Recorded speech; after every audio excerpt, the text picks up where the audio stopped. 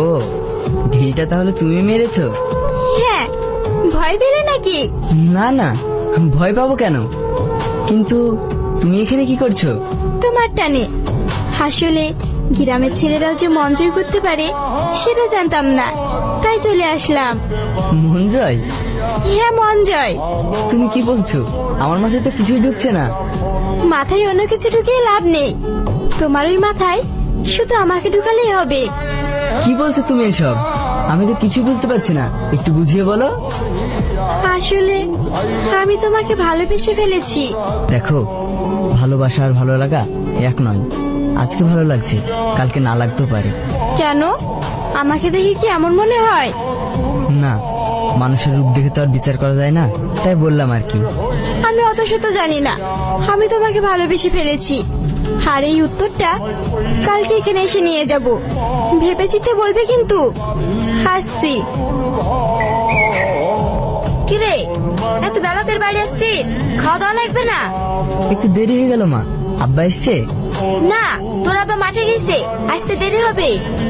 ও ঠিক আছে, তুমি ভাত খোলো, আমি হাত মুখটা ধুয়ে আসি। ঠিক আছে। হ্যাঁ, কি সুন্দর আম। এটা কি আম রে? এটা ফজলি আম, আমাদের এদিকে সব থেকে স্পেশাল। ও তাই? ঠিক আছে, আমি না বাড়ি যাওয়ার সময় এই আম এক ব্যাগ নিয়ে যাব। ঠিক আছে। এই, আরে তুমি কি ব্যাপার? এখানে একা একা শুয়ে কি ভাবছো? আমাদের মতো মানুষের কি আর ভাবনা শেষ আছে? তাই নাকি? হ্যাঁ, দেখো, তুমি কোথায় আর আমি কোথায়। আমি হচ্ছে একজন কৃষকের ছেলে, আর তুমি একজন বড় বিজনেসম্যানের মেয়ে। কি সব বলছো তুমি? আমি ঠিকই বলছি।